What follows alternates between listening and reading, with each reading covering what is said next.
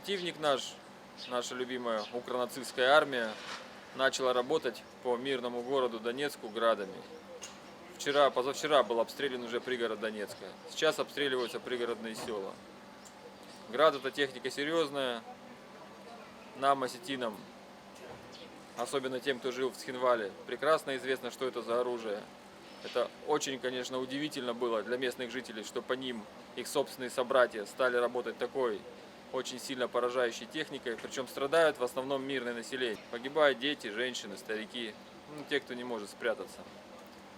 То, что мы сейчас видим, это идет борьба с собственным народом. И когда это называется антитеррористическая операция, это неверно. Это идет полномасштабная войсковая операция, а по сути гражданская война. Цель которой, на мой взгляд, сгон земель неугодного населения.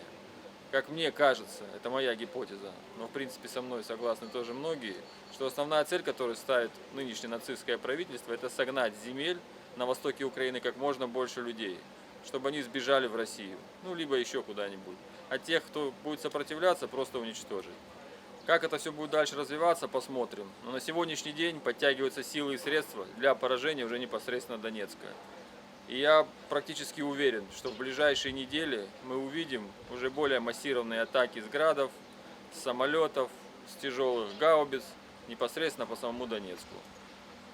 Готовимся, ждем, посмотрим.